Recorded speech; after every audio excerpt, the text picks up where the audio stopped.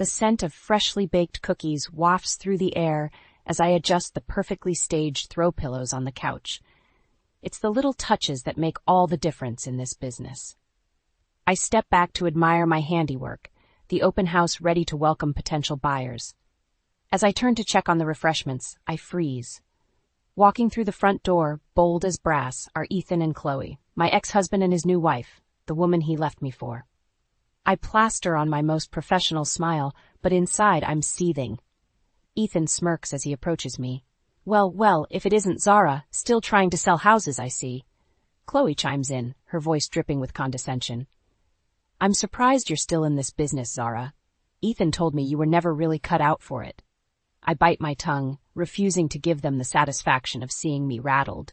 Ethan, Chloe, what a surprise. I didn't expect to see you here. We're looking for a new place, Ethan says, his arm snaking around Chloe's waist. Thought we'd see what you have to offer. The irony isn't lost on me. Years ago, I supported Ethan as he built his law firm, pouring my heart and soul into our marriage, but nothing I did was ever good enough. He grew distant, critical, always finding fault. Determined to contribute and find my own path, I pursued my real estate license. Ethan belittled my efforts at every turn, telling me I was wasting my time. I should have seen the signs then, but I was too blind, too in love. When I discovered his affair with Chloe, his much younger secretary, I confronted him. He denied it, made me feel like I was going crazy. Gaslighting, they call it.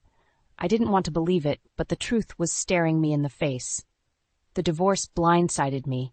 Ethan filed, citing irreconcilable differences. What a joke. He moved in with Chloe before the ink was dry on the papers. I fought tooth and nail for a fair settlement, but he did everything in his power to leave me with nothing. I hit rock bottom, but I refused to stay there. I poured myself into my work, determined to succeed on my own terms. And I did. I became a top-selling agent, started my own agency.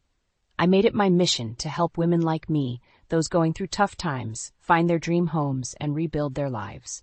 And now, here I am, face to face with my past. Ethan and Chloe, looking to downsize. I can't help but feel a twinge of satisfaction at the thought of their financial troubles. I put on my most professional face and guide them through the house, highlighting its features. Ethan makes snide comments under his breath, but I ignore him. Chloe seems distracted, her eyes darting nervously between us. As we wrap up the tour, I can't resist a little dig. I'm sure I can find you something that fits your budget. My business has been thriving, and I have a lot of high-profile clients. I'm sure I can help you out. Ethan's face reddens, and he lashes out. You got lucky, Zara. You're just riding on my coattails. I smile sweetly. Luck has nothing to do with it, Ethan. I worked hard for what I have, and I did it all without you. Chloe shifts uncomfortably, and I can see the cracks in their perfect facade. This is just the beginning. They have no idea what's in store. The memories flood back as I drive home from the open house. Ethan's smug face, Chloe's cutting remarks. They're like a knife twisting in my gut, reminding me of everything I've tried to put behind me. I think back to our marriage, how I supported Ethan through law school, how I believed in him when no one else did. I was there for him, every step of the way, as he built his firm from the ground up. But the more successful he became, the more distant he grew. Nothing I did was ever good enough. He'd come home late, reeking of alcohol and perfume, and I'd pretend not to notice. I'd make his favorite meals, try to engage him in conversation, but he'd just grunt and retreat to his study. I remember the day I decided to get my real estate license. I was tired of feeling like a burden of relying on Ethan for everything. I wanted to contribute, to have something of my own. When I told Ethan my plans, he laughed in my face. You? A real estate agent? Don't be ridiculous, Zara. You don't have what it takes. His words stung, but I refused to let them deter me. I studied hard, passed my exams, and threw myself into my new career. But Ethan never supported me. He'd belittle my efforts, tell me I was wasting my time. And then came the day I found out about Chloe. I stumbled upon a text message on Ethan's phone, a flirty exchange between him and his secretary. My heart shattered into a million pieces. I confronted him that night, my voice shaking with anger and betrayal. How could you do this to me, Ethan? To us? He looked me straight in the eye and lied. I don't know what you're talking about, Zara. You're being paranoid. There's nothing going on between me and Chloe. I wanted to believe him, desperately wanted it to be true. But deep down, I knew. The late nights at the office, the secret phone calls, the way he looked at her when he thought I wasn't watching. I hired a private investigator, and the truth came out. Photos of Ethan and Chloe, caught in the act.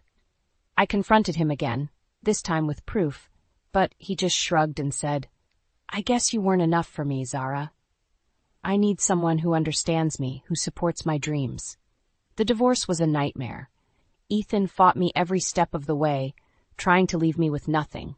He even had the audacity to claim that I was the one who had been unfaithful. In the end, I walked away with a fair settlement, but I was broken. I had given Ethan the best years of my life, and he had thrown it all away like it meant nothing. I hit rock bottom, but I refused to stay there. I poured myself into my work, determined to prove Ethan wrong. I would show him that I had what it took, that I could succeed without him. And I did. I became a top-selling agent, started my own agency. I made it my mission to help other women like me, those who had been knocked down but refused to stay there. But seeing Ethan and Chloe today, it all comes rushing back. The pain, the betrayal, the anger. I want to scream, to lash out, to make them feel even a fraction of the hurt they caused me. But I won't. I'm better than that. I'm stronger than that. I've built a life for myself, a life that Ethan can never take away from me. As I pull into my driveway, I take a deep breath and let it out slowly. I won't let them get to me. I won't let them win. I'm Zara, and I'm a survivor. And I'll be damned if I let Ethan and Chloe bring me down again. The divorce papers arrive on a Tuesday. I'm sitting at my desk going over some listings when the receptionist buzzes me. "Zara, there's a courier here for you. He says it's urgent." I sign for the envelope, my hands shaking as I tear it open. The words jump out at me. Petition for divorce. Ethan's name, bold and accusing, next to the checked box for irreconcilable differences. I feel like I've been punched in the gut. I knew things were bad, but I never thought he'd go this far. I never thought he'd just give up on us. I try to call him, but he's not answering. I leave message after message, my voice growing more and more desperate. "Ethan, please, can we just talk about this? Can we try to work it out?" But he's gone. I drive by our house, only to find his car missing and a moving van parked out front. The neighbors give me pitying looks as I sit there, engine idling, tears streaming down my face. I find out later that he moved in with Chloe that same day. He didn't even have the decency to wait until the divorce was final. He just couldn't wait to start his new life with her. The divorce is a nightmare. Ethan fights me tooth and nail, trying to leave me with nothing. He hires the best lawyers, the most ruthless ones, and they tear me apart in court. I remember the day of the final hearing, sitting across from him in that sterile courtroom. He wouldn't even look at me, his eyes fixed on Chloe, who sat smugly in the front row. The judge bangs his gavel, and it's over. I walk away with a settlement, but it feels like a hollow victory. I've lost everything that ever mattered to me. I hit rock bottom after that. I can barely get out of bed in the morning, let alone go to work. I start drinking, just to numb the pain. I push away my friends, my family. I don't want their pity, their platitudes. But then, one day I wake up and realize I can't go on like this. I can't let Ethan win. I can't let him destroy me. I pour myself into my work, determined to succeed. I take on every listing, every client. I work harder than I ever have before, fueled by a fire in my belly that won't be quenched, and slowly, painfully, I start to rebuild my life. I find a new apartment, a cozy little place that's all mine. I make new friends, people who don't know my past, who don't look at me with sympathy in their eyes. I focus on my clients, on helping them find their dream homes. I specialize in working with women going through divorces, women who are starting over just like me. I become their champion, their rock. And as the months turn into years, I start to heal. The pain never goes away, not completely, but it becomes bearable. I learn to live with it, to use it as fuel for my ambition. I become a top-selling agent, start my own agency. I surround myself with people who lift me up, who believe in me. I find a new sense of purpose, a new reason to wake up in the morning. But I never forget what Ethan did to me. I never forget the way he tossed me aside like I was nothing. And I vow that one day I'll make him pay. One day I'll show him exactly what he lost when he chose Chloe over me. One day I'll have my revenge. But for now I focus on my work, on my clients, on building the life I deserve. I am Zara, and I will not be broken. Years pass, and I throw myself into my work with a vengeance. I take on every listing, every challenge. I work longer hours than anyone else, determined to prove myself. And it pays off. My sales numbers skyrocket, and I become the top-selling agent in my office. My clients rave about me, recommending me to their friends and family. I specialize in working with women going through tough times, women who are starting over. I become their confidant, their guide. I help them find not just houses, but homes, places where they can heal and rebuild. One of my clients, a single mother named Sarah, hugs me tightly at her closing. "I couldn't have done this without you, Zara," she says, tears in her eyes. "You gave me the strength to start over, to believe in myself again." Her words stay with me, fueling my determination. I know what it's like to feel lost, to feel like you've hit rock bottom. But I also know that it's possible to climb out, to build a new life from the ashes of the old. I start my own agency, surrounding myself with a team of driven, compassionate women. We become known as the go-to agency for women in transition, for those who need a little extra support and understanding. My business thrives, and I become a well-respected figure in the community. I'm invited to speak at conferences, to share my story and my expertise. I even start a mentorship program for young women interested in real estate. But through it all, I never forget about Ethan. I never forget the way he betrayed me, the way he left me broken and alone. I keep tabs on him, on his law firm. I hear rumors of unethical practices, of clients who feel cheated and misused. I bide my time, waiting for the right moment to strike. I know that revenge is a dish best served cold, and I'm willing to wait as long as it takes. And then one day, opportunity knocks. I'm hosting an open house for a high-end property, a stunning mansion with sweeping views of the city. I'm in the middle of showcasing the gourmet kitchen when I hear a familiar voice behind me. "Zara, I thought that was you." I turn around and there they are, Ethan and Chloe, looking older and more haggard than I remember. Ethan's hair is graying at the temples, and Chloe's face is pinched and sour. "Ethan, Chloe, what a surprise." I keep my voice cool, my smile polite. "I didn't expect to see you here." "We're looking for a new place," Chloe says, her eyes darting around the room. "Something a little more affordable." I raise an eyebrow. "Oh, having some financial trouble, are we?" Ethan scowls, his face reddening. "That's none of your business, Zara. We're just exploring our options." I smile, a slow, predatory grin. "Of course. Well, as you can see, business is booming for me. I've got high-profile clients from all over the city, and my agency is thriving. I'm sure I could find you something suitable." Chloe looks uncomfortable, but Ethan just glares at me. "We don't need your help, Zara. We're doing just fine on our own." I shrug, turning back to the kitchen. "Suit yourself, but if you change your mind, you know where to find me." As they walk away, I can't help but feel a thrill of satisfaction. Ethan may have broken me once, but I've rebuilt myself, stronger and better than ever. And now, seeing him struggling, seeing the cracks in his perfect facade, I know that my time for revenge is coming. I may have lost the battle all those years ago, but I'm determined to win the war. And I'll do it on my own terms, with my head held high and my dignity intact. Ethan and Chloe may have destroyed my past, but they have no power over my future. I am Zara, and I am unstoppable. A few days after the open house, I'm sitting in my office when my assistant buzzes me. "Zara, there's a Chloe here to see you. She says it's urgent." I feel a flicker of surprise, but I keep my voice steady. "Send her in." Chloe walks in, looking nervous and tired. She fidgets with her purse, avoiding my gaze. "Zara, I need your help." I lean back in my chair, studying her. "Oh, and why would I help you, Chloe? You and Ethan made it pretty clear you wanted nothing to do with me." She takes a deep breath, finally meeting my eyes. "Ethan and we're having some financial difficulties. His law firm is struggling, and we're barely making ends meet. We need to sell our house, but we don't know where to start." I can't help but feel a twinge of satisfaction at her words. Ethan, the high-powered lawyer, reduced to begging for my help. Oh, how the mighty have fallen. But I keep my face neutral, my voice professional. "I see. And you think I'm the right person to help you?" Chloe nods, her eyes pleading. "You're the best in the business, Zara.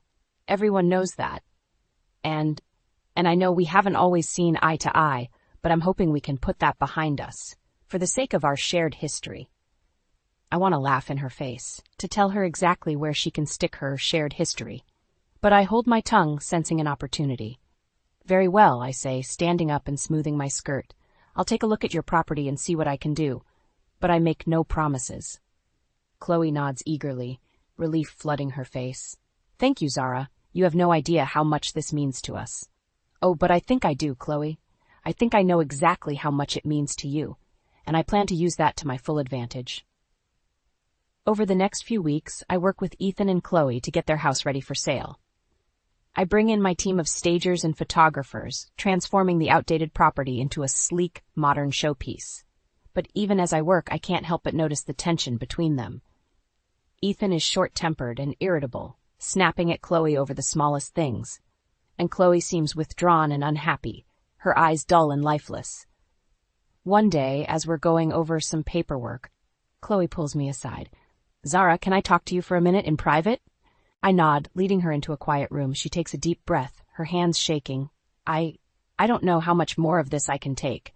Ethan, he's not the man I thought he was. I raise an eyebrow, feigning surprise. Oh, what do you mean? Chloe's eyes fill with tears. He's controlling, manipulative. He's been emotionally abusive for years, but I never wanted to admit it. I thought I could change him, but I was wrong. I feel a flicker of sympathy for her, but I push it down. This is the woman who stole my husband, who ruined my life. I can't afford to feel sorry for her. I'm sorry to hear that, Chloe, I say, my voice cool and detached. But what do you expect me to do about it? She looks at me, her eyes pleading. I don't know. I just needed to tell someone. I feel so trapped, so alone.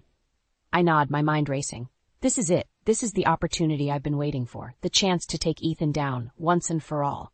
I understand, I say, placing a hand on her shoulder. And I want to help you, Chloe, but you have to be willing to help yourself first. You have to be ready to leave him, to start over. She nods, her face crumpling. I know I do, but I'm scared, Zara. I'm so scared. I squeeze her shoulder, my voice firm and reassuring. I know you are, but you're not alone, Chloe. I'm here for you, and together we'll make sure Ethan gets exactly what he deserves. Over the next few days, I work closely with Ethan and Chloe, showing them potential properties that fit their budget. I'm professional and courteous, but I can't help but notice the growing tension between them. Ethan is short-tempered and impatient, dismissing every house I show them with a sneer. Is this the best you can do, Zara? I thought you were supposed to be the top agent in town. I bite back a retort, keeping my smile firmly in place. I assure you, Ethan, I'm showing you the best properties available in your price range. But if you have something specific in mind, I'm happy to keep looking. Chloe, on the other hand, seems withdrawn and distracted. She barely speaks during our showings, her eyes fixed on the ground. I catch her looking at Ethan with a mixture of fear and resentment, and I know that our conversation from the other day is still weighing heavily on her mind. As we're driving back from yet another unsuccessful showing, Chloe suddenly speaks up from the back seat. Zara, can we talk? Privately? I glance at Ethan, who's scowling out the window. Of course, Chloe. Why don't we grab a coffee? I drop Ethan off at their hotel, promising to meet him later to go over some paperwork. Then I drive Chloe to a quiet cafe, ordering us both a latte. She takes a deep breath, her hands wrapped tightly around her mug. I've been thinking a lot about what you said the other day, Zara, about leaving Ethan, starting over. I nod, keeping my face neutral. And what have you decided? Chloe's eyes fill with tears. I don't know if I can do it. He's all I've known for so long, and I'm scared of what he might do if I try to leave. I reach across the table, taking her hand in mine. Chloe, I know it's scary, but you deserve so much better than this. You deserve to be with someone who treats you with love and respect, not someone who tears you down and controls you. She nods, wiping her eyes with a napkin. I know you're right, but I don't even know where to start.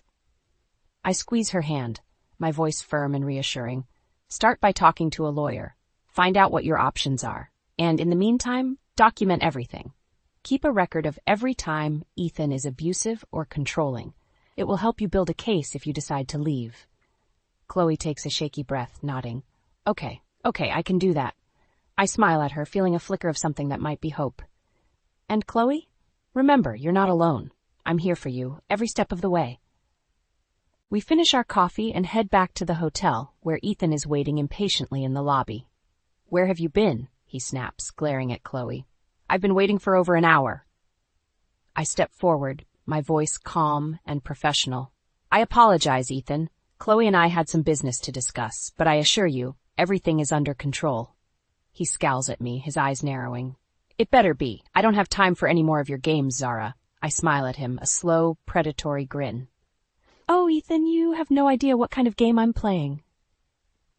As I walk away, I can feel his eyes boring into my back, but I don't look back. I have work to do. Over the next few weeks, I help Chloe gather evidence of Ethan's abuse.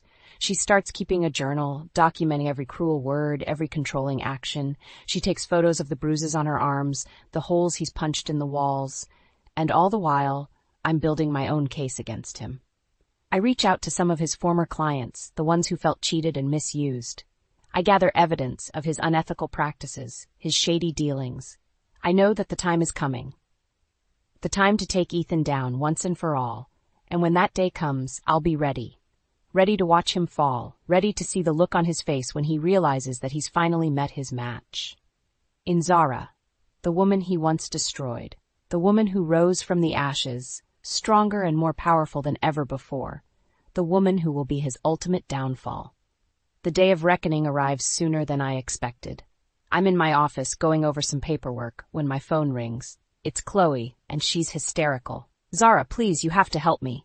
Ethan, he found out about the lawyer. He's furious. He's threatening to hurt me, to ruin me. I'm on my feet in an instant, grabbing my keys and my bag. Chloe, listen to me. Get out of there now. Go somewhere safe. I'll take care of Ethan. I can hear her sobbing on the other end of the line. Okay, I'll go to my sister's place. But Zara, please be careful. He's not in his right mind. I hang up the phone, my heart racing. I know what I have to do. I drive to Ethan's office, my mind churning with possibilities. I know I have to be smart about this, have to play my cards just right. I walk into his office without knocking, my head held high. He looks up from his desk, his face twisting with rage. What the hell are you doing here, Zara? I smile at him, a cold, calculating smile. I think you know exactly why I'm here, Ethan. I know what you've been doing to Chloe. I know about the abuse, the manipulation. He stands up, his fists clenched at his sides. You don't know anything, Zara. You're just a bitter, jealous woman who can't let go of the past. I laugh, a harsh, brittle sound. Oh, Ethan, you have no idea what I'm capable of. I've been watching you, gathering evidence. I know about your unethical practices, your shady dealings. I have enough to ruin you, to destroy everything you've ever worked for. His face pales, and I can see the fear in his eyes. You're bluffing. You don't have anything on me. I reach into my bag, pulling out a thick folder. Oh, but I do, Ethan. I have testimonies from your former clients, the ones you cheated and lied to. I have financial records showing your embezzlement, your fraud. I have photos of Chloe's bruises, the ones you gave her when you lost your temper. I toss the folder onto his desk, watching as he scrambles to pick it up. It's over, Ethan. You're finished. And if you ever come near Chloe again, if you ever lay a hand on her, I'll make sure you spend the rest of your life behind bars. He looks up at me, his face contorted with rage and fear. You can't do this, Zara. You can't destroy me. I lean in close, my voice a low, menacing whisper. Watch me. I turn to walk away, but he grabs my arm, his fingers digging into my skin. You'll pay for this, Zara. I'll make sure of it. I wrench my arm away, my eyes blazing with fury. No, Ethan, you're the one who's going to pay. For everything you've done, to me, to Chloe, to all the people you've hurt along the way. You're going to pay, and I'm going to be the one to make sure of it. I walk out of his office, my heart pounding in my chest. I know that this is just the beginning, that there will be a long, difficult road ahead. But I also know that I'm ready for it, ready to fight for what's right, ready to take back the power that Ethan stole from me all those years ago. I get in my car and drive to Chloe's sister's place, my mind racing with possibilities. I know that I have to be there for her, have to help her through this difficult time. But I also know that I have to be strong, have to be the one to lead the charge. Because this is my fight, too. This is my chance to make things right, to get the revenge I've been dreaming of for so long. And I won't rest until Ethan is brought to justice, until he's made to pay for all the pain and suffering he's caused. I am Zara, and I am a force to be reckoned with, and heaven help anyone who tries to stand in my way. The fallout from my confrontation with Ethan is swift and brutal. Within days, the news of his unethical practices and abusive behavior is splashed across every newspaper and news site in the city. His law firm crumbles, clients fleeing in droves. His partners distance themselves, desperate to save their own reputations. And Ethan himself is disgraced, his name becoming synonymous with corruption and deceit. I watch it all unfold with a grim sense of satisfaction, knowing that I played a part in his downfall. But I also know that my work is far from over. Chloe files for divorce, and I help her find a new place to live, a small but cozy apartment in a quiet neighborhood. She's scared and overwhelmed, but I remind her that she's not alone, that she has people who care about her and want to help. We spend long hours talking, sharing our stories and our pain. I tell her about my own divorce, about how Ethan nearly destroyed me, but how I found the strength to rebuild my life. And she tells me about the years of abuse and manipulation, the constant fear and self-doubt. Together, we start to heal, to find a new sense of purpose and hope. Chloe enrolls in therapy, starts taking classes to finish her degree, and I throw myself into my work, determined to make a difference in the lives of other women who have been through similar struggles. Months pass, and life starts to settle into a new normal. Ethan is a distant memory, a cautionary tale of what happens when power and ego go unchecked. But then one day, I receive a phone call that changes everything. It's Ethan, and he's begging for my help. "Zara, please," he says, his voice desperate and broken. I know I have no right to ask, but I don't know where else to turn. I'm losing everything, my career, my reputation, my freedom. I need your help. For a moment, I'm tempted to hang up, to leave him to suffer the consequences of his actions. But then I remember something my therapist once told me about the power of forgiveness, about how holding on to anger and resentment only hurts ourselves in the end. So I take a deep breath, and I make a decision that surprises even me. Okay, Ethan, I'll help you, but not for you, for me, because I need to let go of the past, to move on with my life. We meet at a coffee shop, and I listen as he pours out his heart, telling me about his regrets, his fears, his desperate desire to make things right. And as I listen, I feel something shift inside me, a sense of closure and release. I offer him some advice, some resources for getting help and making amends, and then I stand up to leave, feeling lighter than I have in years.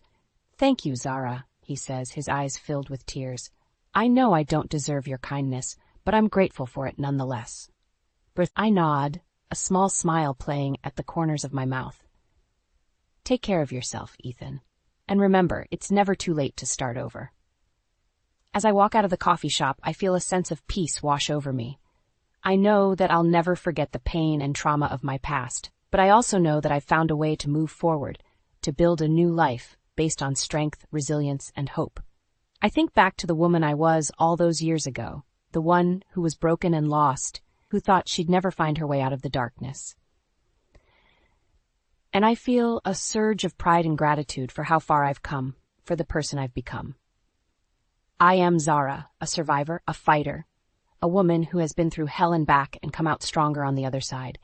And I know that no matter what challenges life throws my way, I have the courage and the determination to face them head on, to keep moving forward, one step at a time.